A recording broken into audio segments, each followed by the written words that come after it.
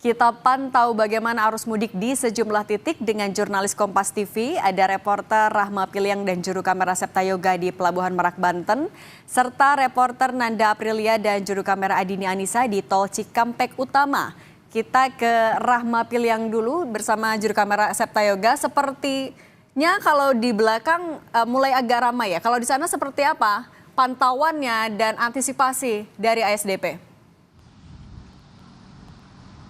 Iya, Cindy dan juga saudara, kalau kita melihat menjelang sore begitu ya, jumlah kendaraan yang masuk ke Pelabuhan Merak ini memang cukup meningkat begitu, tapi kalau kita bisa sebut masih terpantau normal, tidak ada antrian yang panjang begitu ya, Cindy juga saudara, mengingat aturan yang sudah ditetapkan oleh ASDP bahwa semua dermaga ini bisa digunakan oleh pemudik yang akan menyeberang dari Pelabuhan Merak menuju ke Pelabuhan Bakauni Lampung, Cindy.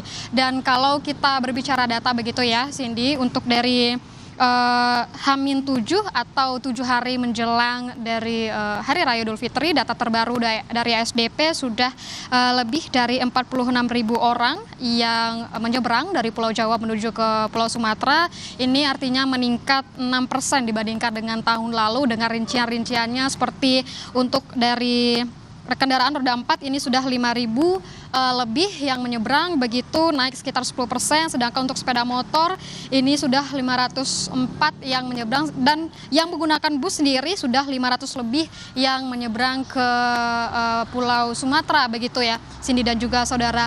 Dan kalau misalnya kita melihat secara langsung begitu, dan untuk kita bagaimana dengan keadaan begitu ya di Pelabuhan Merak ini, tentunya untuk dari tempat saya melaporkan sendiri di Dermaga 6 begitu didominasi oleh kendaraan pribadi roda 4 yang menyeberang, yang tadi sempat saya sebutkan bahwa memang ada aturan baru yang ditetapkan oleh ASDP di mana hanya satu jenis tiket saja untuk dari kendaraan yang untuk menyeberang begitu, maka ada beberapa peraturan di mana jika dari kondisinya normal begitu ya Cindy, maka akan ada beberapa dermaga saja yang dibuka begitu. Tapi jika nantinya kalau dari jumlah kendaraan yang sudah mulai meningkat begitu, maka akan dibuka semua dermaga. Dan untuk gambar terbaru dari udara begitu ya, Cindy juga saudara, memang dapat kita lihat bagaimana dengan kondisi di Pelabuhan Merak saat ini begitu.